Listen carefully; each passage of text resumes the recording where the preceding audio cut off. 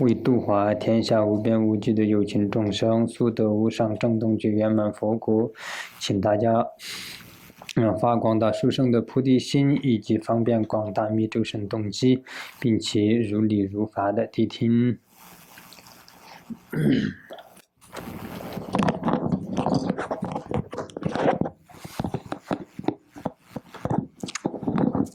Please listen to the teaching by cultivating the two aspects of supreme motivation, the vast intention of the Mahayana Bodhicitta and the vast method of the secret mantra Vajrayana, so as able to lead all sentient beings as limitless as space to the state of the unsurpassed Buddhahood. 那今天呢，我们继续讲入菩萨行论。那入菩萨行论呢，我们是上面之前讲到它的这个名义，然后呢，就是现在呢，我们是讲到是第一品，我们就从第一品讲。那第一品呢，主要是讲菩提心的功德。那在讲菩提心的功德里面呢，分了很多的部分。那在这些部分里面呢，今天的部分呢，我们是可以开始讲到，就是说不但是菩提心的功德，而且呢是有这样菩提心的菩萨们的功德，他们的加持力这样。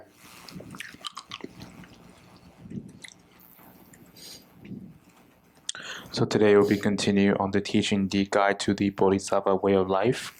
Previously we have engaged in the teaching on the meaning of the name, and now we are currently on the chapter 1, and which is talking about the benefit of the Bodhicitta. Within the chapter, there are actually various sections, and the section today that we'll be covering is the section that not only talks about the benefit or the quality of bodhicitta, but also the quality of the bodhisattvas and their blessings. 至上呢，我们讲了这个菩提心的功德里面呢，上一堂课的结尾的时候，我们主要讲，如果是我们仅仅是就是思维，或是对这个菩提心，或是有菩提心的这样的菩萨就是仅仅是对他们产生信心，或者是对他们产生意乐，那功德都有很大这样。接下来呢，这里说就是今天主要的部分，就是说其他无有如此加行。好像信二这里它这个我们的这个法本里面在179页的部分在这里我们今天呢就从这里开始讲。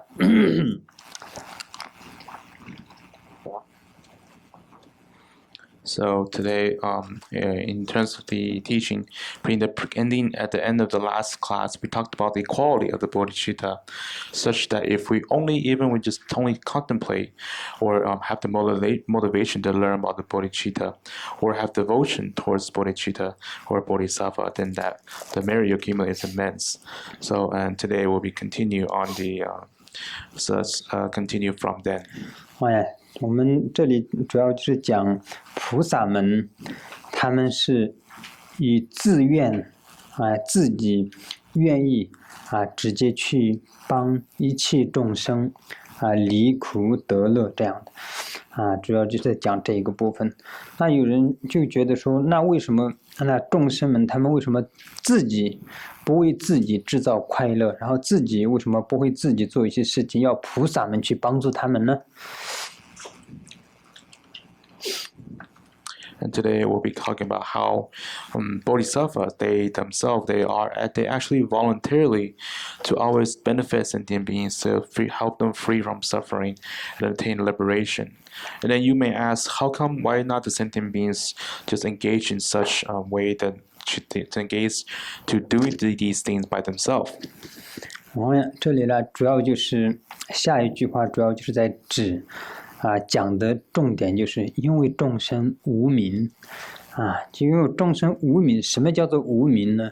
因为众生根本不知道快乐的因是什么，做什么样的事情可以导致他们快乐，做什么样的事情会导致他们痛苦，他们不知道，因为无明，所以需要菩萨们去帮助他们，去度化他们。It is because the ignorance of the sentient beings. What do we mean by ignorance? Ignorance means that such that the sentient beings don't know what is the cause of happiness. They don't know what they do, what they can do that can lead them to happiness, nor they don't know what they do, what are the actions that may lead them to suffering. It is because of the ignorance such that the Bodhisattva engage into benefit the sentient beings. 那又说，那是不是众生是不是就是不希望遣除他们的痛苦呢？也不是，他们是很希望遣除他们的痛苦，但是呢，他们不知道怎么遣除他们的痛苦，所以这里说，众生欲除苦，反行痛苦因。众生欲求，他们很希望遣除掉他们的所有的痛苦、烦恼，但是呢，他们不知道怎么遣除，反而他们一直不断的在制造痛苦的因。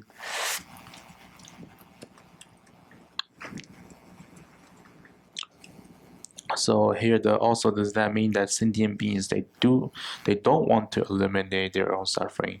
Is that something that they don't want to? No, because they do want to eliminate suffering, but then, however, they don't know how to. So here it says those desiring to escape from suffering hasten right towards suffering. So it is because that the sentient beings, although they really wish to end their own suffering, they do not want to suffer, and yet they keep creating the causes that leads them to continue to suffer. 就这两句话，我们来进行做一点点的分析。这里说众生欲除苦，反行痛苦因。我们一切众生怎么样在反而制造痛苦的因呢？我们就是从这些世间的众生们的从早到晚每天他们的生活里面，我们去进行观察一下，他们是不是真的在制造痛苦的因，我们就可以看得出来。我们除了就是佛教徒，很多的佛教徒修行者之外的这些众生，我们去观察一下，就是包括动物包括这些畜生们，我们去观察一下，其实没有一个众生是没有在追求快乐，所有的动物也好，人类的众生也好，都在追求快乐，但是呢，他们每天做的事情，反而一直不停的在制造痛苦的因。制造痛苦的因的这个部分，我们用就是3个来观察，就是身口意这3种来观察。我们看一下这些众生的每天他的身所做的这个事情，有很多人是身体是整天是在做伤害他人、伤害众生的事情。那如果是伤害他人、伤害众生的事情，他的果会有快乐吗？是不可能有快乐的，所以他的果一定是痛苦的，因为因果不许因果是无错乱的，所以只要你制造的这个罪业，它呈现的果一定是痛苦所以我们可以看一下，就简单的在一个超市里面，我们去看一下那些常常在宰杀鱼啦、鸡啦等等这些就是每天他们的行为是为了什么？为了他们要得到一个美好的生活，要得到一个快乐，美好的生活也是快乐，但是他们制造的事情就是完全就是相反，反行痛苦因，反而在相反的行持痛苦的因呢，就是身体的部分。那我们再看一些动物里面也是一样的，像外在的动物里面，像狼啊、虎啊、老虎啊，就是这些野兽里面也是，就是大的吃小的，小的再吃更小的。那海里面的鱼也是一样的，大鱼吃小鱼，等等这样的所以呢，就是所有的众生都是因为无明一直在制造一个痛苦的因呢。这是身体的部分，这是最简单的。我们所谓的闻思的时候，我们就是要深入的去思维，把这个分成身口意，然后身体一天真正的在做一些什么事情。OK， 那我们就说好，那很多人身体的部分他每天没有伤害众生，没有杀生，那我们再观察一下他的欲。然后我先把身体的部分翻一下。So here, by looking at these two phrases, we can first begin some analysis or observation. How do the all sentient beings, how do they create the cause of suffering? We can really observe the lives of the day of all these sentient beings from the day to night. Something that we can actually observe, how are they creating cause of suffering through. So almost all sentient beings, except those who are engaged in a path of Buddhist practice, we can also include animal as well in terms of the sentient beings when we do the observation. That in all sentient beings, including animal, they all want to seek happiness. They all want to be happy. However, what they have kept doing is creating the cause of suffering instead of happiness. And this is something we can observe from in terms of three perspectives: the body, the speech, and the mind. We first look at the perspective of the body. There are actually many people nowadays, what they are engaging with in terms of their action or in terms of physical actions, what they are doing is just continuing to harm themselves and as well as others. And as if the cause is to harming others, then the result will always definitely lead to suffering. And that is because the principle of cause and effect is something that's always unquestionable. So thereby, if the sentient beings engage in the physical action of harming others, and that really only leads to the result of suffering for themselves. The example we can see is from the market, how these butchers, how they have slaughtered different fish and chicken, killing lives. They're actually doing their job really for the purpose of creating a happier life by having a job so that they can lead to a happier life. However, although this is what they seek, but what they have done with their action is just really causing more cause of suffering by harming others. And we can look at the perspective of animals. Also, we can look at other animals such as wolf, tiger, and how these beasts, basically the bigger ones eats the smaller one eats even the smaller ones. And it is also true in the ocean as well. The big fish eats small fish. So for the sentient beings, they always kept, although they want to seek happiness, but they just really kept what they're doing with their actions is just they continue to creating the cause of suffering. So this is something that we need to be aware of when we are engaging the action, when we are engaging in learning the teachings of the Buddha Dharma. We need to really analyze them, analyze these teachings in deep detail. 然后我们再观察身口，那我们从早到晚那我们口头出的言语是什么？我们是不是常常每天都在诵经念咒，或者是我们每天出的口就是在我们所说的四种口业嘛？就是认就是撒谎谎言，忍贪嘛就是离间语，测试就是这个粗恶语，测试其实就是一般的就是普通的挑拨离间等等，就是没有意义的一些语言，就是在每天是不是在这样浪费如果说我们这样做的话，就也是我们在制造一个痛苦的因而已，没有制造任何的快乐的因，尤其是为了自己，有很多人就是为了自己得到一些快乐，然后去挑拨离间别人，这是非常非常严重的罪过。为了自己的一些小小的利益也好，或者为了自己想得到一些快乐也好，然后就是去挑拨离间，说别人的坏话然后呢就是这样，这种事情你看从早到晚不管是在任何场合里面都会发生的一些事情。所以你看我们的口每天做的是什么样的就是业力，是不是在做一个善业，或是在做一个恶业这样要进行去观察。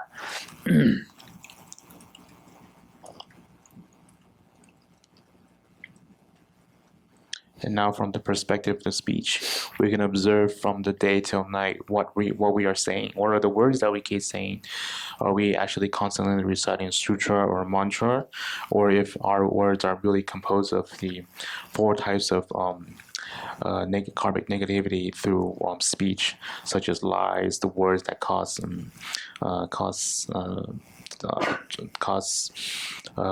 disturbance between people, or causing drama between people, cruel words, or just really meaningless words. We can see that especially in terms of meaningless words, and also especially the words that sometimes people say for the sake of their own benefit, they would really just attempt to say bad things about others just so for their selfish gain. This is actually something that is very considered very serious negativity in terms of the karma of this speech. So these are actually all these words that something or situation are something that we can almost see all the times in our life, in our daily lives, in terms of the words, or in terms of what we say. And so thereby this is something that we can observe whether what we say is actually positive or negative in terms of the karma, in terms of the karmic effect. 好，我们再进行观察意的部分。那我们意的话，就是我们最难控制的就是我们的意了。我们这个意念，这个心念，如果是不常常去调伏，不常常去训练的话，意是最难控制的。那在身口意这3个里面，最容易控制的是身了，身体是最容易控制的。然后第2个容易控制的是语言，最难控制的是意啊。所以呢，第3个意，我们从早到晚我们会想一些什么事情？我们是不是常常一天都在想利他的事情，利益众生的事情，或者是我们常常在想修习菩提心的事情呢？或者我们常常每天从早到晚都在想一些贪嗔痴慢疑啊，就是这些尤其是我们很严重的就是心里常常有嗔恨心，嗔恨心是最重要，不是最严重，直接破坏菩提心的，就是嗔恨心的。然后还有嫉妒心，嫉妒心是非常非常严重的一个事情。这些都是很多时候你生嗔心或是嫉妒心的时候，都是为了自己就是说为了自己得到快乐，或者是为了自己要得到某一种利益而产生的这些这个心念。但是呢，在背后真正的你得到了吗？永远都没有得到。最后生的嗔恨心也好，嫉妒心也好，傲慢心也好，这些全部都是最后给自己制造的是痛苦的因而已，没有得到任何的快乐尤其是很严重的一个是嫉妒心嫉妒心是非常非常严重的只要有嫉妒心的人他自己不但是不会对今生得到不但是对来世没有快乐，在今生一点点快乐都得不到的嫉妒心的人，然后他因为嫉妒心自己也不快乐，然后导致别人也不快乐，就是导致很多很多的这个痛苦。所以呢，我们这样仔细的去观察一下我们这里说众生欲除苦，反行痛苦因，这到底是什么意思？那我们就一步一步的去观察嘛，去思维。我们所谓的闻思就是要这样思考嘛。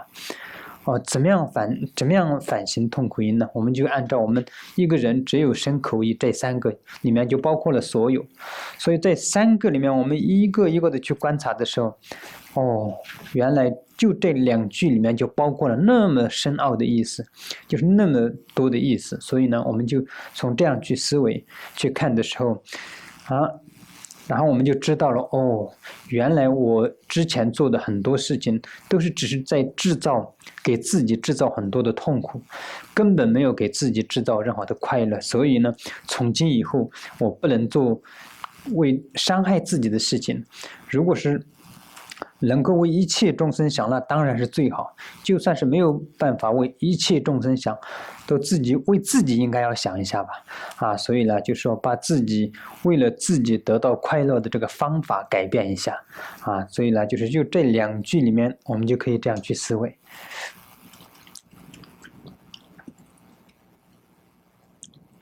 And now we begin to observe from the perspective of our mind. The mind is actually the hardest to control.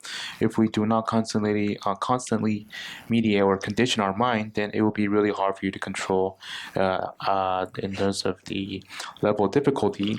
The easiest ones to control is our body, and then the speech, and then the hardest one to control or to condition is our mind. So we can also really observe in terms of our mind stream from day till night. What are we constantly thinking about? Are we constantly thinking about trying to benefit others in terms of bodhicitta practice?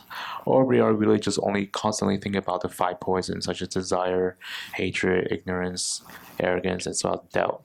Especially as hatred. Hatred is the most severe mental affliction that which can destroy bodhicitta. And as well as jealousy. Jealousy is really something that arises from your own attempt to have own selfish desire. This is something that arises when you want something for yourself in terms of selfish. But in the end, by having jealousy, what did you really gain? Did you actually get exactly what you want or what you're jealous about? Actually, no, because and not only that, in having jealousy, only creating more suffering for yourself as well as for others. So especially in terms of jealousy, not only you will, by having for those people who have jealousy, not only you will not have any happiness in this life, but also as well as next life as well. For those who have jealousy, they would not create happiness or feeling a sense of happiness for themselves, and they will also continue to creating obstacles for other people to have happiness. So thereby here it says that, again, it says those desiring to escape from suffering has hastened right towards suffering. So this is when we all begin to engage in learning and contemplating Buddhist teaching, we can really begin by really observing in detail what these teachings meant. If we observe from the perspective of the body and speech and mind, we can really see that how these 2 phrases contains really such deep meaning, a deep, profound teaching in terms of what we do as human beings. So thereby, by understanding this, then we have realized that what we have been doing all along is really not only not bringing happiness to ourselves, but we also are creating more suffering for ourselves. So thereby, we should really from now on do things not to avoid doing things that will harm ourselves. Of course, if we can really think to benefit others all the time, then that's the best. If not, then at least think for yourself. So thereby, by changing your method or how we always try to attempt to obtain happiness, by changing such method. 然后这里第2句是愚人虽求乐，毁乐如灭仇。这个就是跟刚刚以上讲的就是一样的。上面呢他是因为想遣除自己的痛苦，但是呢他一直不断的在制造痛苦的因。那在这里呢，他一直不断的在求快乐，但是呢他其实一直在毁灭自己的快乐。他就是这个是一个是用因的角度来讲的，一个是用果的角度来讲的。所以呢，这就是说愚人虽求乐，毁乐如灭仇。所以呢，他就把他自己的快乐呢，就好像在毁灭自己的仇敌一样的，常常在毁灭自己的快乐。这样的所以我们就这4句里面，我们深深的去思维去考虑，然后就是看一下真正的是不是这样。如果是这样的话，那我应该怎么办呢？我就应该改变我的所有的就是身口意的这些行为了。这样改变了之后，我才可以如愿呢，我才可以真正的想遣除痛苦，我才可以遣除掉我的痛苦。我追求快乐，我才可以得到快乐。如果是我不这样做的话，就是完全我自己心里想得到的东西，跟我行为上在做的事情完全是颠倒而行持的。这个在普贤上师言教里面也有讲过，一切众生因为无痴、意乐和所行而都是颠倒的。怎么样颠倒了？心里想的是一直在想一个快乐，在追求一个快乐，但是他真正在做的是一直在毁灭自己的快乐，一直在这个制造自己的痛苦啊！所以呢，这个就是我们要仔细的去思维。然后在这样思维的过程当中，我们并不是说我知道这4句的意思是什么就可以，不是的。我知道这4句的意思之后呢，然后呢，我们就要观察自己啊，在观察自己的过程当中呢，我平时我的身口意所做的事情里面，哪一些是在制造我未来的痛苦，哪一些是在毁灭我的快乐的事情啊，所以呢，这个一一的去观察之后，然后呢，你会发现原来这个啊，这些事情是在制造我未来的痛苦的事情。那这些事情是真正的确直接在毁灭我的快乐的事情啊，所以呢，我不能这样做，这样做的话，我会陷入到痛苦里面越来越深了啊，所以这个时候就自己要反省，然后呢，就是要改善啊。这个我们所说就是闻思修，就是这样的。闻思就是我们在课堂上上师讲课，自己在这里闻法，然后呢，就是深入的去思考。修的话，就是在这里面的意义这些来一一的看自己能不能够做得到。虽然我们一下子要全部做到是不可能的，因为我们的习气深重啊，所以呢，我们一下要改变很多不行的。但是呢，为了自己，我们就算没有不想一切众生，不想度化一切众生，我们总会想自己快乐吧？没有一个人不想自己得到快乐吧？啊，所以呢，就是为了自己而想。你都应该要这样去实修，这样啊，所以呢，当这样的时候呢，我们才说是闻思修啊。所以我们在学习这个入行论的过程当中，我们不是只是在学习，我们必须要把修行啊这个全部合并在一起，这样。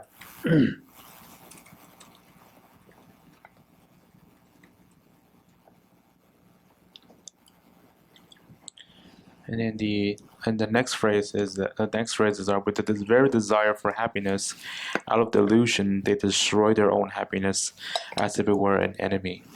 So this is same as mentioned previously, that as in the previous teaching and the previous section phrases, the sentient beings they wish to eliminate their own suffering, but however they continue to create their own cause of suffering. And here, sentient beings, they taught that sentient beings, they want happiness. However, they keep destroying the cause of happiness. So one is from the perspective of cause, and then the one's from the perspective of effect. So here, we really need to observe this teaching and put this teaching into contemplation and observe whether does it really truly apply to us or not. If it's something that truly applies to us, then we need to make change. Only by making these changes, then we can really truly fulfill our wish or intention to eliminate all suffering and obtain happiness. If we don't make these necessary changes, then it's really the opposite in terms of what we want in our mind versus what we do. This is as mentioned in the teaching on the words of my perfect teacher, such that all sentient beings, they really desire happiness in their mind, but what they have kept doing is just only creating more cause of suffering and destroying happiness. So thereby, we really need to, in terms of learning, contemplating, and learning, contemplating, and practice. Throughout this process, not only we need to really understand what these teachings mean, but we really need to apply them to ourselves and observing ourselves that in our daily life, in terms of our body and speech and mind, what are the things that we are engaged in that are creating more suffering, and what are the things that we are really doing to destroy our happiness in terms of now and future. So thereby, this is something that we need to always continue to observe. And this is what we mean by learning, contemplating, and practicing. Learning is when the guru gives teaching on a certain teaching. When we receive the teaching, contemplating is by truly contemplate and understand the meaning of the teaching itself. And then practice is put the teaching forth into action. So although it's really almost impossible to really eliminate all the negative cause of that leads to suffering in our body, speech, and mind due to our severe habitual tendency.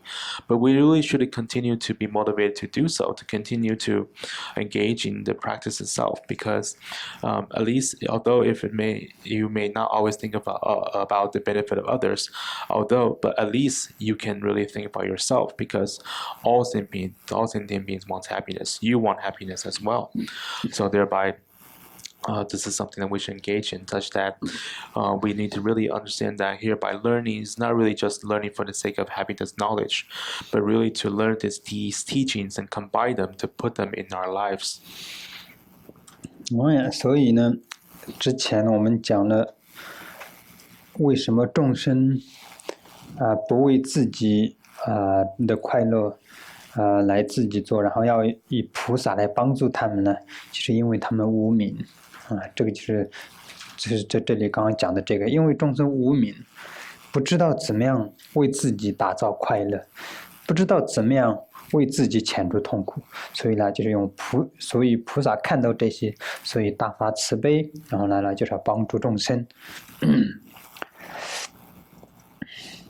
So previously we mentioned that why the sentient beings, they do not choose to, they do not help them, they do not think for their own sake of happiness, and why the Bodhisattva would help them is because the ignorance of the sentient beings. Because the sentient beings, due to their ignorance, they don't know how to construct happiness and eliminate suffering. Bodhisattvas, when they saw this, then out of their own genuine compassion, they will continue to then decide to benefit and help other sentient beings.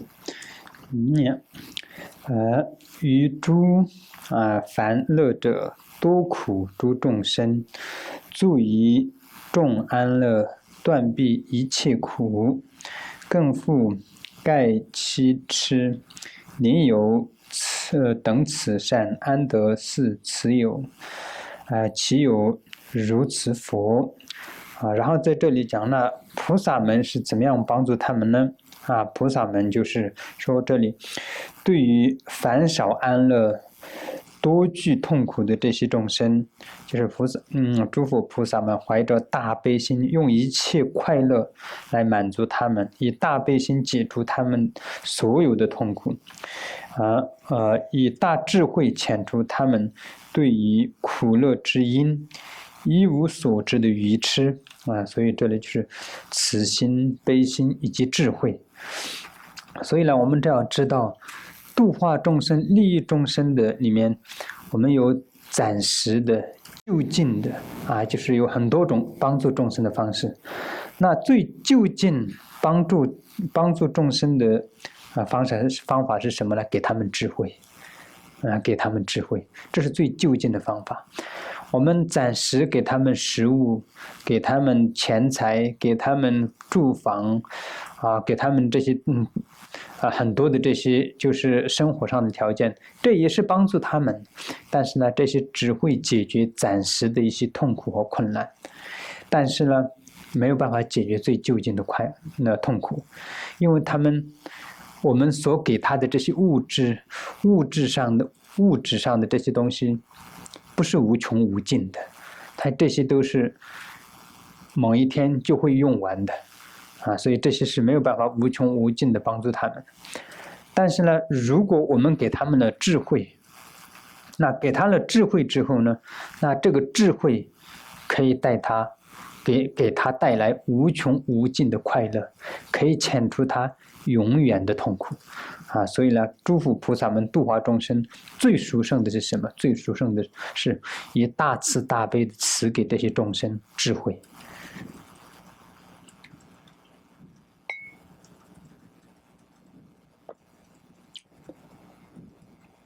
So here, and then it says, he satisfies with all joy those who are starving for happiness, and eliminates all the sorrow of those who are afflicted in many ways. He dispels delusion. Where else is there such a saint? Where else is there such a friend? Where else is there such a merit? So here we can see how how bodhisattvas, how they benefit sentient beings, especially thereby the sentient beings that only feel happiness and immense suffering. Such that the bodhisattva, out of great compassion, they satisfy all the joy for us, and satisfied with all joys for those who are starving for happiness, and eliminate all sorrow for those who are afflicted in many ways. So thereby, the bodhisattvas, they benefit sentient beings through compassion and wisdom. So we need to understand that in terms of benefiting sentient beings, they're temporary, and then the permanent way. In terms of the permanent way to benefit sentient beings is to give them wisdom. The temporary ways to provide sentient beings food, shelter, or other material things in life. This is also helping sentient beings, but these things, they only able to relieve their suffering temporarily, not permanently, because these materials that you can give, they're not always there. They're not unlimited. They will be consumed one day. However, if the bodhisattva, if we give sentient beings wisdom, then the wisdom that these sentient beings possess, they will really lead them to unlimited happiness and to eliminate all the suffering. The wisdom is what really able to eliminate suffering and obtain happiness in a more permanent way. So thereby, how bodhisattva benefits sentient beings is really out of their great compassion to give sentient beings the wisdom. 当然，我们所说的利益众生里面，我们有布施，然后就是持戒等等。菩萨的行为是无边无际的啊！菩萨的你要说是一个菩萨利益众生的方法有多少种，我们数不清的。我们完全数不清的菩萨们利益众生的方法是太多了，很多的。但是呢，我们所谓的这个六度只是一个总结起来菩萨的行，这是六度，这是总结而已。那分支的话，菩萨利益众生是无边无际的，就好像我们在普贤行愿品里面讲到的一样的。文殊菩萨他的这个行为是行持菩萨的行是怎么说的？他说是像天空一样的无边际的，就是无数的，它很多种就是利益众生的方法这样。那在这里说就主要是讲利益众生的这个功德，所以如果是有一个菩提心的这样去利益这些众生的话，它可以解除这样众生的痛苦，给众生带来这么多的快乐。那这样的话，那哪里还有能跟这样相比的善业？这个善业很大，我们之前讲了，就是愿意一个众生的痛苦、头痛的这个病除掉，只是这样想一下的功德都不可思议。那你直接去帮助众生的话，那他的功德有多大？所以他说，还有比这个就是跟这个相比的这个善业吗？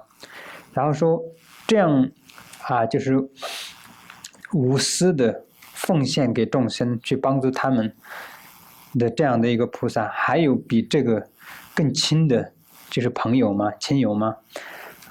然后呢，就是如果你这样去帮助众生的话，还比这个更有福德的事情吗？没有，就这提出了3种。你要制造善业，没有比这个更好的善业了。然后就是朋友，没有比这个更好的朋友。然后你要积累福德，没有比这个更殊胜的福德。这样。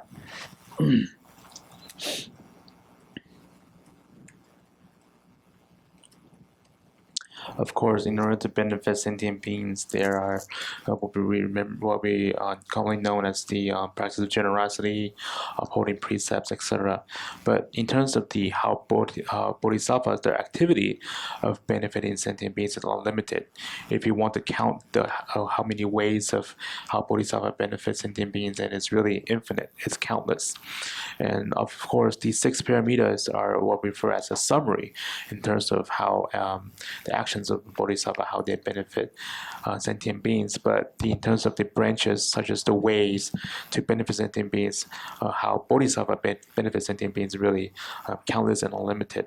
It has mentioned in the teaching, the words of my perfect teacher, how Manjushri, the way how Manjushri benefits sentient beings, how the way 不是在 My Perfect Teacher， 是在普贤行愿品。So excuse me.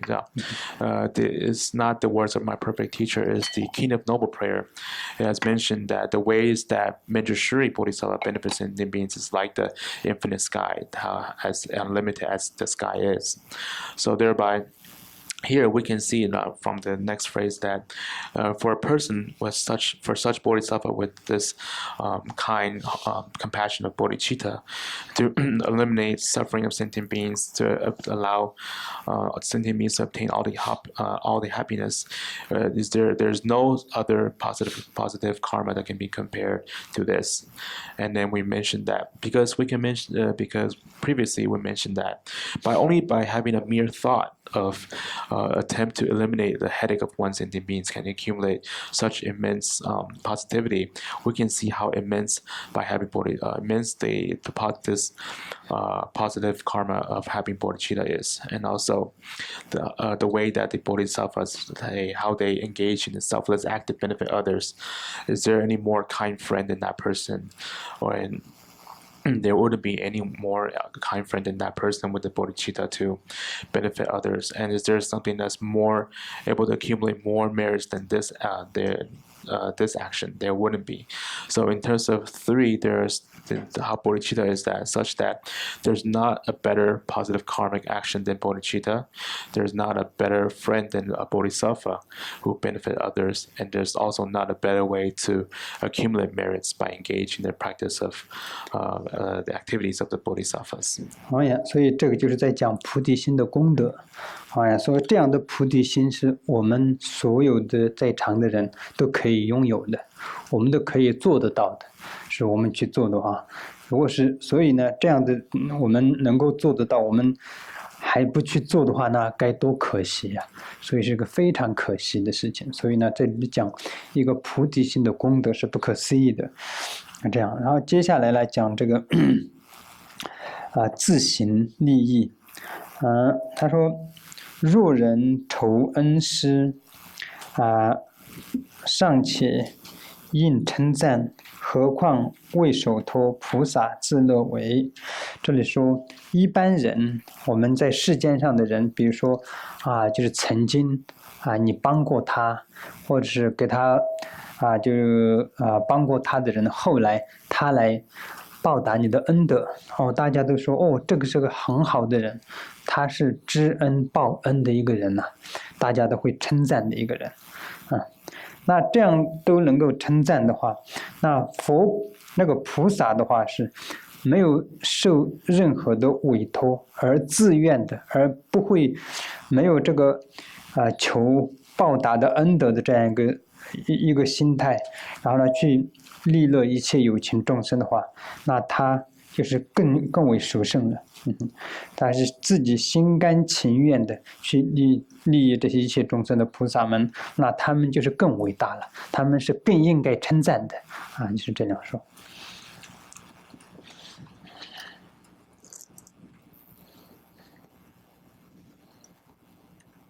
And here the next phrase, even one who repays a kind deed is praised somewhat. So what should be said of a bodhisattva whose good deeds is unsolicited? So here this is talking about the in terms of the so thereby in the previous section is talking about the quality of the bodhicitta, and that is something that everyone here today in the class something we can have, something we can able to obtain if we really work for it and continue to do so. If we do not to engage to obtain or to strive for bodhicitta, then it's really a pity, something for us to miss. And then now it's the next section is the benefit of self. So here it says again that even one who repays a kind deed is praised somewhat. So what should be said of a bodhisattva whose good deeds is unsolicited? So here it means that if you see someone that you help someone and then that person came back to repay your kindness, then people would praise that person, saying, "Oh, this is someone who always pays back the kindness that's been given to him." But here, if we praise that such person, then what should we say about the Bodhisattva? Because the Bodhisattvas, they never given anything in the first place. They actually voluntarily, out of their own intention, to always engage in the in the action of benefiting others, helping out other sentient beings. So thereby, the Bodhisattva, they're actually more accomplished, and they actually deserve more praise. 然后这里是第二是殊胜施主。那菩萨才是真正最殊胜的施主，在这里讲的就是说，施主，偶被微劣时，皆施少众生，领得半日饱，人尽为善事，何况恒施于无边有情众，善事无上乐，满必一切愿。这里就是在对比我们世间人的大家都称作为他是善事，他是好人，他是非常了不起的人，我们世间在称赞的这些人跟菩萨来对比一下这样。那怎么样的对比呢？首先就是我们在世界上一些人做的布施，那这些布施的话呢，有些就是说半日饱，就是布施一顿饭嘛。通常我们做布施都是一顿饭，或者1天2天这样，没有说是一辈子都在布施的，这样很少。所以我们每一次，比如说有一些节日，像美国这里圣诞节啦，然后呢就是这个感恩节的时候，都这些教堂啦会给这些乞丐就是布施午餐晚餐等等的这些，大家觉得这个很殊胜他们给他们这样的食物布施。当然这个不是不殊胜，这也是非常殊胜的，能够做到这样一点也很棒。这个都是我们世间上都是大家的很赞美的。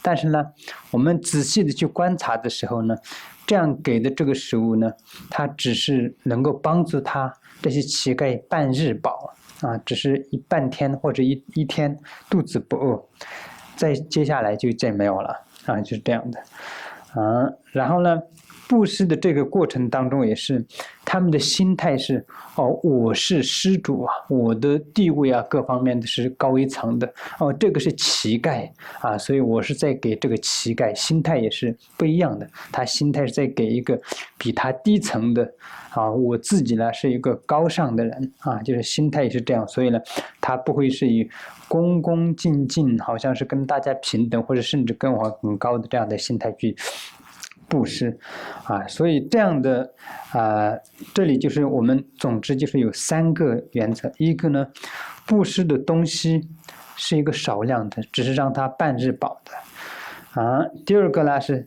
我们布施的这个人的心态也是不是说是恭恭敬敬，而是有上下的这种的心态的。然后第3个呢，给对方带来的快乐，也就是一顿饭的快乐而已，没有永恒的快乐好像是这样的。然后这3个跟这个我们所谓的菩萨来比一下的话，就是何况恒施于无边有情众。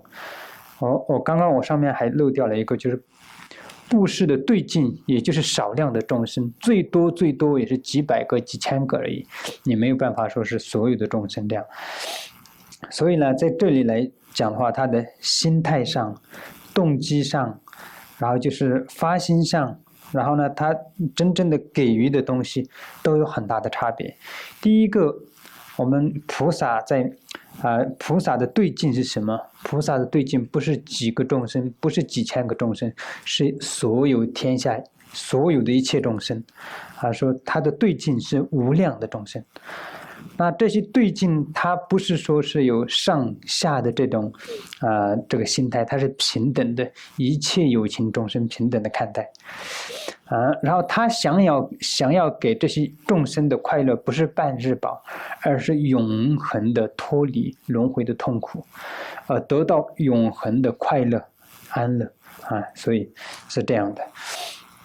所以呢，我们从这样来比的话，就是说，我们一般的人给众生就是一些布施，都人敬为善事，大家都很尊重这个人这是善人呐，大善人呐，他是常常给这些乞丐的人，大家都会尊敬这个人。那这个人都可以，大家这样尊敬的话，那菩萨我们是不是更应该尊重啊？因为菩萨他的对境，他所做的事情比这个来比的话，就是相差太多了。所以我们这里说菩萨的功德会更大，所以更应该尊敬菩萨。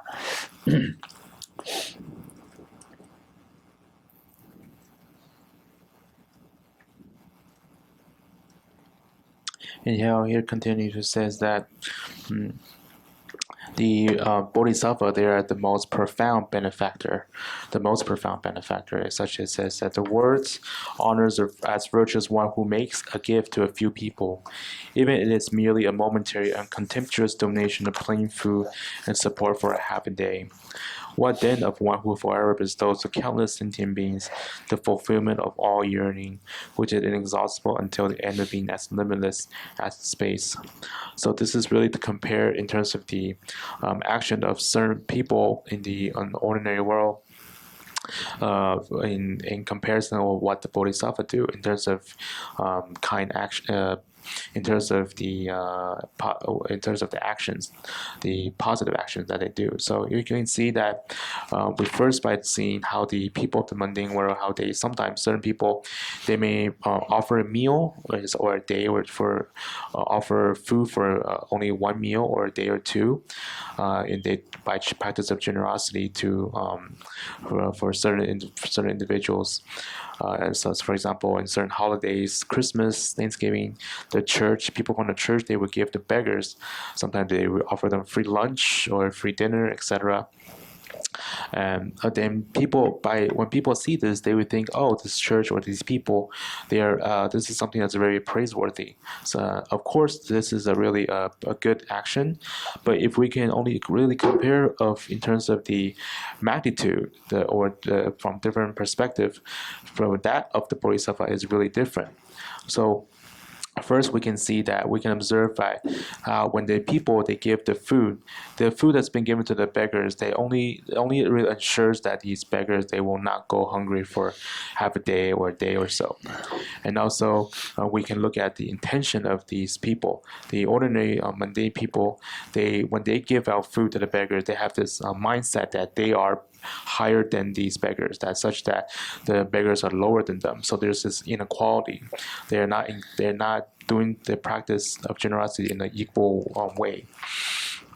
And also the subject of how the generosity of the practice of generosity is only that few individual beggars, not all the sentient beings. So therefore, there's these three principles or the three perspectives that's being observed. The food itself is limited. 博施诸佛子，若人生恶心，佛言必堕狱，常如心术戒这就是我们大家要非常小心的要注意的一件事情。我们如果是诽谤佛、诽谤菩萨，那佛就更不用说了。诽谤菩萨具有这样的菩萨的菩提心的人，如果去诽谤或者对他们生这个嗔恨心，这样的话呢，佛说，如果你生的那个嗔恨心有多少刹那长达就是那么长的时间，就必须堕入到地狱里面去，常如心术劫，每一刹那就在地狱里面要生一劫的受这样大的痛苦。所以呢，平时我们这个就是要常常自己要观察自己的这个身口意身体上的话通常不会做些什么去这个伤害菩萨的这样的行为，但是呢，有时候我们在这个世界上我们不知道菩萨在哪里所以呢不能常常去诽谤或者生起嗔恨心、生起邪见对，就是自己跟自己不相关的人或者自己不喜欢的人，我们就去诽谤了，去生嗔恨心，这样是不对的。这样的话，业力是很大的。如果对方是个菩萨，那业障就很大了。所以这个是要非常小心的一件事情。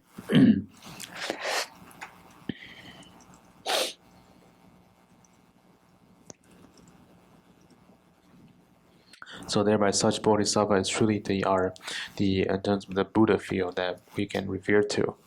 And also, as it continues, the Lord declared, one who brings forth an impure thought in his heart against a benefactor, a child of Jina, will dwell in hell for as many eons as if there were impure thoughts.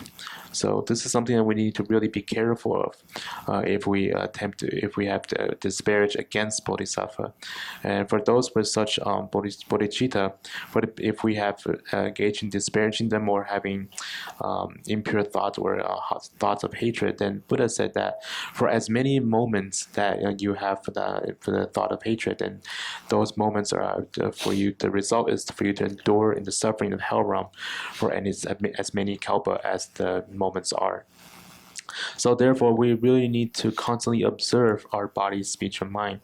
We don't know where the bodhisattvas are, or who is bodhisattva, who is not. So thereby, we really make sure not to disparage or have wrong views towards them. Especially there are some people that we have really not concerns of. We cannot really try to avoid having wrong view or disparage against them, because if they are bodhisattva, then it's really it will be a really severe negative karma. 所以呢，我们的习气，人类的习气就是一生下来之后，我们就自身带来的一种习气，就是常常喜欢观察别人。然后呢，就是我们永远都不会观察自己，所以呢，这个时候呢，我们会造很多的就是不知不觉的情况下会造很多的业力，所以我们就要很这个正知正念的不能常常去观察别人，然后去诽谤别人因为万一你诽谤的对境是个菩萨，那自己造了很大的业力了。然后这里说，若人生尽信，得果效前胜但是呢，如果一个人对这样的一个菩萨对一个菩萨升起尽信，就是清净的信信心的话，那他的这个福报也好，他得到的这个善果也好，那比前面那个还要殊胜，就是比生这个恶心的那种过失还要殊胜。那意思是什么呢？上面我们所说的，如果是心我们升起了一刹那的恶心的话，这个果会在地狱里面受一劫的这个痛苦。那如果是我们对于这个菩萨升起信解心的话，那就是超过，如果是生了一刹那的信解心的话，那我们得到的福报也好，它的果位就是多于上面的这样的意思。这里说，你看佛在这个屈辱定不定手印经中云，文殊设若十方所有世间，借诸众生之眼被挖除，设若有善男子善女人，以此心领蔽等众生之目复明。文殊，若有其他善男子善女人，以信心目视信解大圣之菩萨，则所生福德以胜前者无量倍。这个功就是这样。我们可以想象一下，如果是十方世间的众生的眼睛被挖掘，然后你可以把他的眼睛再复活的话，他的功德有多大？不说是十方世界，我们就是一个众生的，我们之前讲了就是一个众生的他的眼睛，如果是你可以恢复一个眼睛瞎的一个众生，他的功德也很大。但是呢，如果是对一个菩萨产生信心，以笑容或者是以就是说这个信心目视这个菩萨一眼这个功德胜过了上面这个的功德所以我们就是可以从这些方面，我们可以看一看，其实我们要积累福报，我们积累功德。我们只要知道这些善巧的方法的时候，其实有些时候我们可以用非常简短的时间，非常容易的方法，可以积累庞大的功德。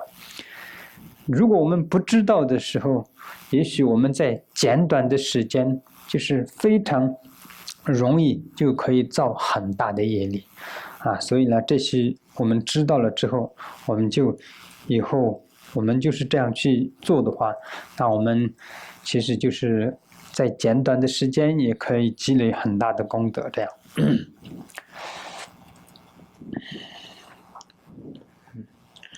So here it says that, but if one's mind is, so thereby the human's habitual tendency when we are born with we tend to be born with the tendency of observing others. We never really attempt to observe ourselves. Then thereby we by doing so we really commit such much negative karma. So we really need to always be mindful not to disparage others, because if the subject that we disparage upon is bodhisattva, then we really would accumulate really severe negative karma. And here it says that, but if one's mind is kindly inclined, one will bring forth an even greater fruit. Even when a great violent crime is committed against the children of the genus, their virtues spontaneously arise. So here, for those here what it means is that for those who have devotion towards the bodhisattva, then the result of having that, the karmic result, that will be greater than the one we just mentioned. So meaning that if we have an impure thought toward bodhisattva, then we would be dwell in the hell realm, just as I mentioned before. But here, if you have really have this devotion towards the bodhisattva, then the result of that will be much greater than the result of the hell realm. So here and then also in the commentary, it's one of the sutra. It says that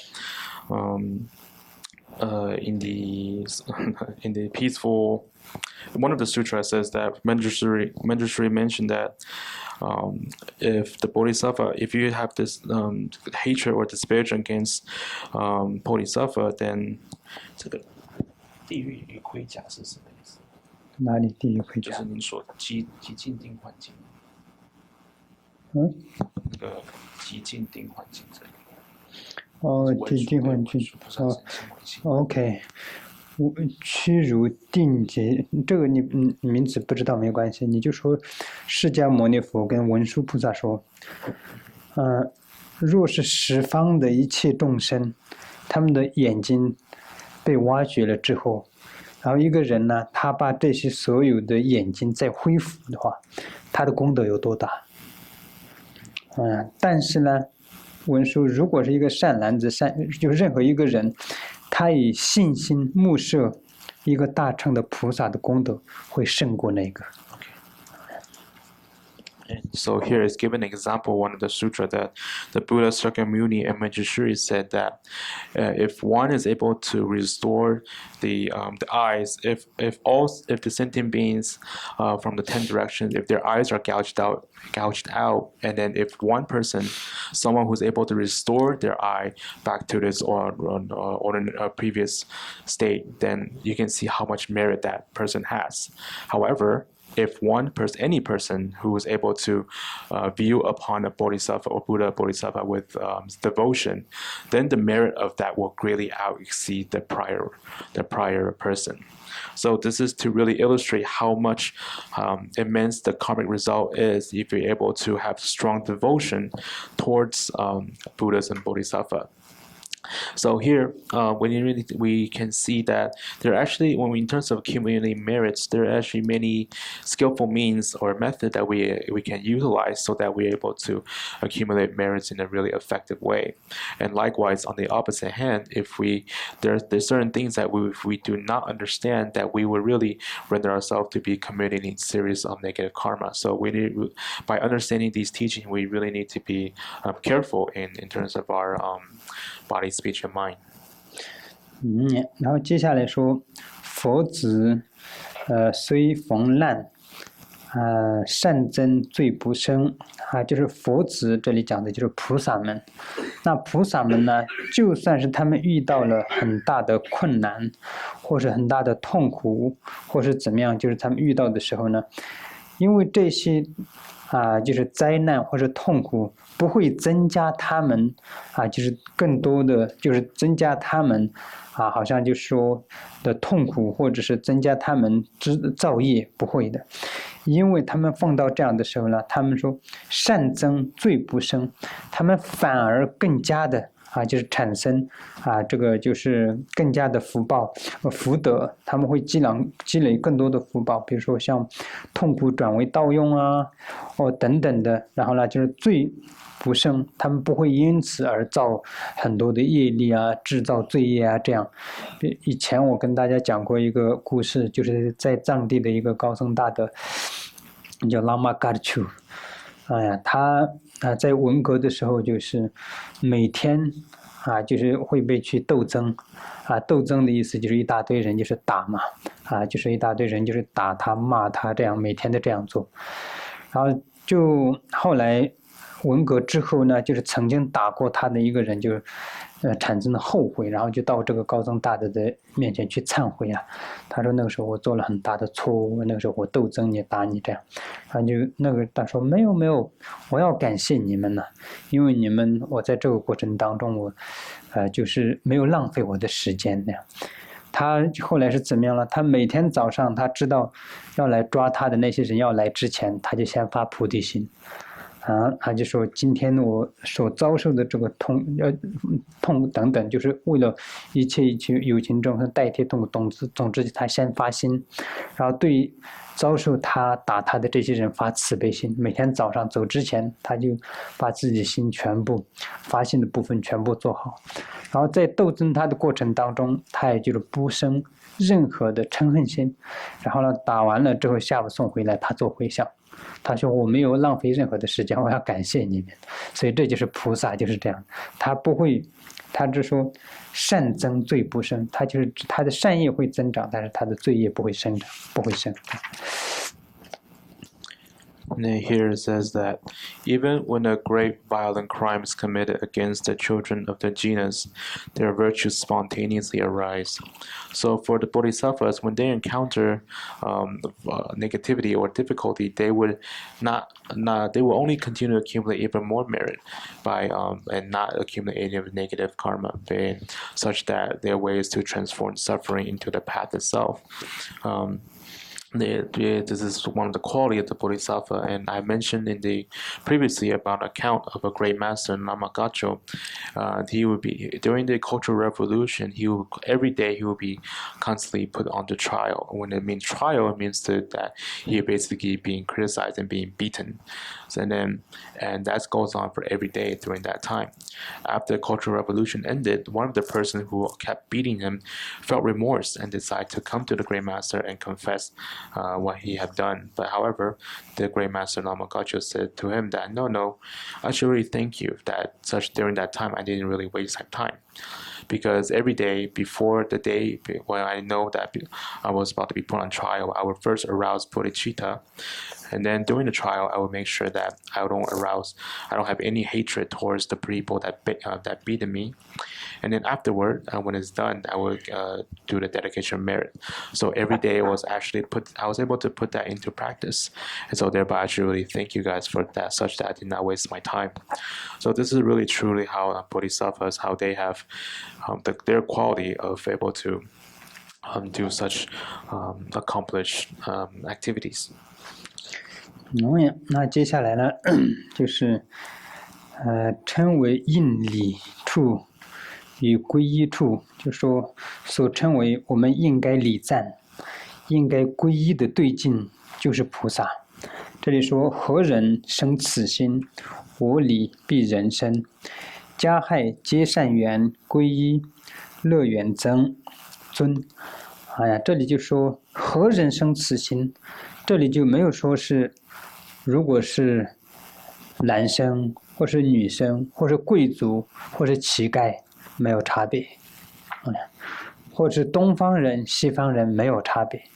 何人就是任何人，不管你现在是高高坐在法座上的人也好，或是你走在这个街头的乞丐也好，你是贵族，就是很有钱的、有权有势的人也好，或是你一个贫穷的、什么钱、什么权利都没有的人，任何人，只要有这样的心，有这个菩提心的人，济天菩萨就说：“我向你顶礼，你就是应该人天一切顶礼之处，你就是应该是人天所有应该尊敬的对象。”所以这就是非常殊胜的，我们在其他里面就是世间法里面我们是看不到这样的，只有佛法里面我们才看到这样。菩提心大乘法里面是人人平等，人人平等，你任何人只要有这样的心的人，有菩提心的人，你就是尊敬的对象，你就是礼赞的对象，你就是尊敬礼赞供养所有殊胜的对境，就是你不管是女生也好，男生也好，年纪大的也好，小孩子也好，不管任何人只要有这样的菩提心济天菩萨说你就是我对境的这个之处对境的顶礼的对境，这样。And here it says that so Bodhisattva is someone that really is truly the ones that we should pay homage to for they are truly who deserve such homage. So it says that I pay homage to the bodies of those in whom this precious jewel of the mind has arisen. I go for refuge to those who are minds of joy, toward whom even an offense results in happiness. So here it says that when it says the bodies of those whom in precious jewel, it really means anyone actually. It doesn't matter who you are, whether you're a man or woman, whether you are someone walking the street or it's just someone else, or whether you are someone rich or someone you're poor, whether you're a beggar or not, anybody who has such this bodhicitta, then Shanadeva says that he will pay homage to that person. This is really a profound teaching that really cannot be seen in other mundane teaching of the mundane world, but only exists in the Mahayana teaching, such that the equality of all sentient beings. So thereby anybody who has such bodhicitta, and whether you are man, woman, child, then you are the person that we Shanadeva will pay homage to because what you possess, bodhicitta. 然后接下来说是加害皆乐园，皈依乐园增。那这里就说一个菩萨的话，就算一个众生加害了他，虽然加害了他的这个果，这个众生暂时会堕入到地狱里面去接受果报，但是呢，因为这个菩萨的愿力，他的愿力里面包括了所有的众生的话，就算是加害他的众生，也是他要度好的对境，所以呢，终究有一天你也会被这个菩萨度所以以前有一些高僧大德在藏地说，如果你对一个高僧大德或者对一个菩萨没有办法结善缘的话，就算结个恶缘，你也是有救了，因为这个菩萨总有一天你跟他结上因为这个愿就你有一天你会为这个菩萨度救你这样所以呢就是加害皆乐园，就是皈依乐园增尊就是这样的意思。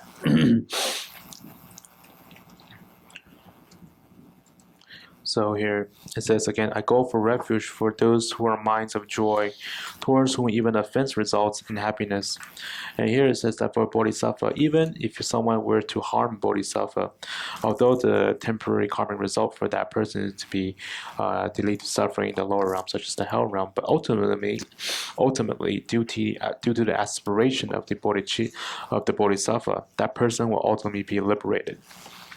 So there's a great master in Tibet that once said, even if you cannot make a positive connection to a great master or bodhisattva, even by having a negative connection, then that will also ultimately lead you to liberation.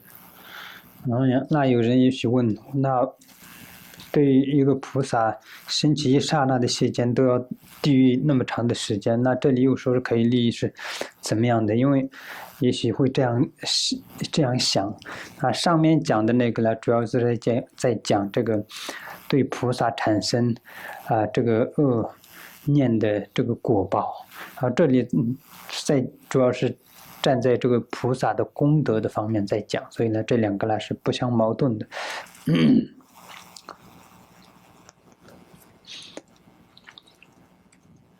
Then someone may ask, then what if we just mentioned that by having an impure thought towards the bodhisattva would really result to the dwelling in the hell realm for as long as the impure thought endure?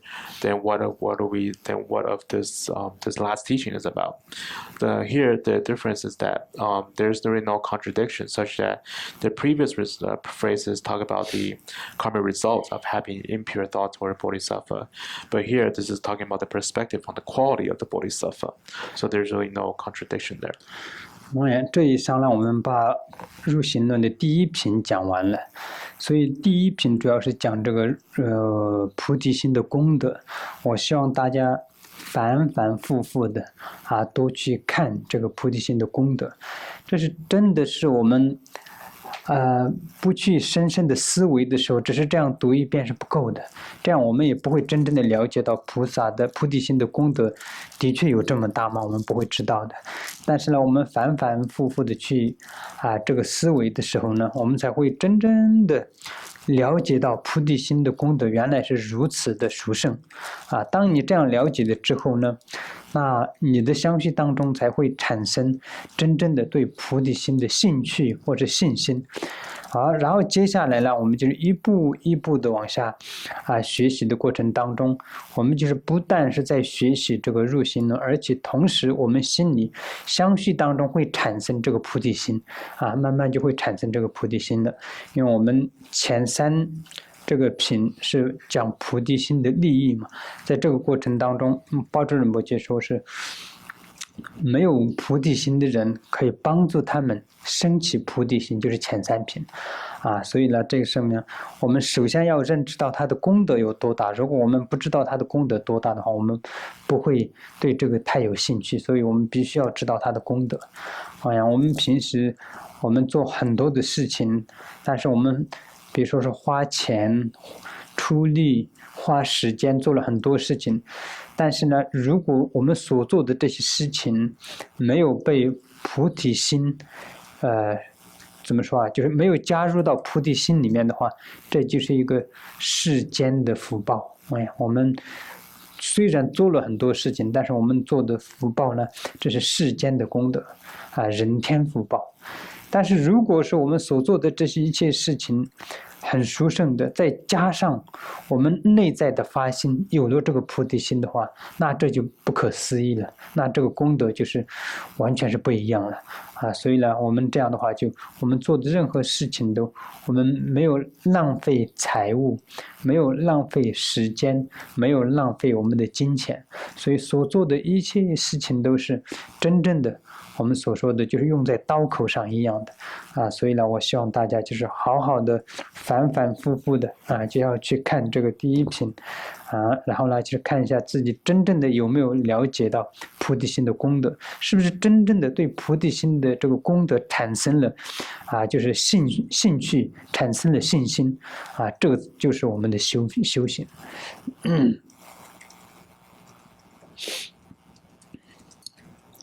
So here we have finished the first chapter. This chapter is mainly talk about the benefit of the bodhicitta, and here I would like to I hope that everyone will continue to repeatedly study this chapter and reflect upon the meanings of this chapter, the benefits of bodhicitta. If we don't truly learn and contemplate, we really don't know what the quality of bodhicitta is. This is something that we're not able to really fully grasp by reading it once. This is something that we need to constantly, repeatedly and thoroughly to learn and contemplate the teaching, and then by doing so, when we will have the motivation or devotion towards developing or arousing bodhicitta. And then as we continue to progress in the future, not only we are learning the teaching on this bodhisattva way of life, but we will be able to truly arouse bodhicitta in our mind stream. here throughout this whole process, this whole treaty, Patrul Rinpoche has said that the first 3 chapters really designed allowed for those without bodhicitta to be able to arouse bodhicitta. So thereby, if we do not know what these chapters, what the content of these chapters are about, then we would not able to arouse bodhicitta, nor we would not have any interest towards it.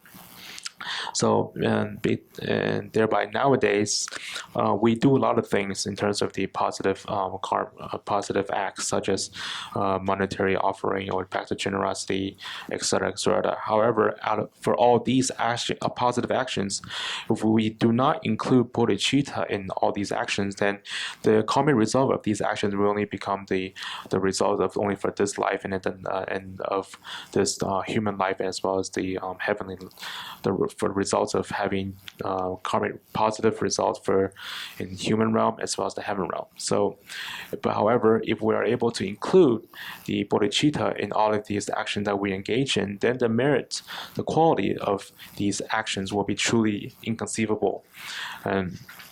And it will not be exhausted as well. So thereby, by doing so, by having bodhicitta in all the actions that we do as motivation, then we really would not waste our time. We would not waste our money, our time, or nor our life, such that it's metaphor that everything is put on the edge of the knife exactly. So thereby, I truly here wish to everyone to really able to reflect upon these teachings repeatedly and so thereby to see that you're able to by through learning, contemplating, that you're able to have truly a devotion or a motivation, interest in the arousing bodhicitta. So that's what we learn by truly what we mean by engaging in practicing. 所以呢，我们这个菩提心入行论的这个第一品我们今天讲的课就讲到这里。然后我们每次上课的时候，大家应该要有极其的，就是很大的喜悦、欢喜心来上课了。我们能够有时间、有机会学习、修行大乘佛法是很大的福报所以我们首先要认知这一点所以呢，我们就是每次我们认知这一个，然后心里有欢喜心的来听法，只是你心里生一个欢喜心听法的这个念头，就是几刹那的念头，你都可以积累很大的功德然后在这里讲这个菩提心的这个功德不是一个普通的人说菩提心里有这么大的功德，不是，是佛讲的所以我们对这个要有坚定不移的信心，我们要认知到这个的确有这么大的功德这个是我们对于在学习的过程当中一定要认知这一点。如果是非佛教徒，那就没话说了，他本来就不相信佛说的话，那跟他们讲没有用。但是我们都是佛教徒，而且是大乘佛教徒，那我们更应该相信佛讲的话是真实语。所以呢，这里讲的菩提心的功德都是佛讲的，所以大家就要有坚信这一个功德，然后呢对菩提心产生信心这样。So here, the first chapter, we have finished give teaching on the first chapter. And every time when we have class, we really should have this, to attend the class with this sense of great joy, because we actually have the time and opportunity to able to learn the teaching of the learn Mahayana teaching. This is really truly an immense positive karmic result that we share. And by having this understanding and having great joy by having joy to come and listen to the teaching, for even having these moments of joy to listen to this teaching will bring immense merit. So here, and also we need to understand that bodhicitta is not really taught by just a random person, but the Buddha himself. The quality or the benefit of bodhicitta is really taught by none other than the Buddha himself. So really we should have really devotion towards this teaching, and this is something that we should always recognize throughout the whole process of learning. If it were for non-Buddhists, then that's another thing. But however, here we are all Buddhists as well as Mahayana Buddhists, Mahayana Buddhist practitioners. So we really should have this strong devotion towards the teaching as we come to and learn. 哦呀，今天就讲到这里，接下来呢就是我呀，今天时间比较晚了，所以我们首先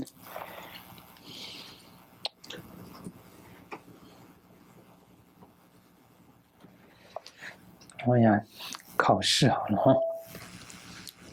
So this concludes today's morning teaching session.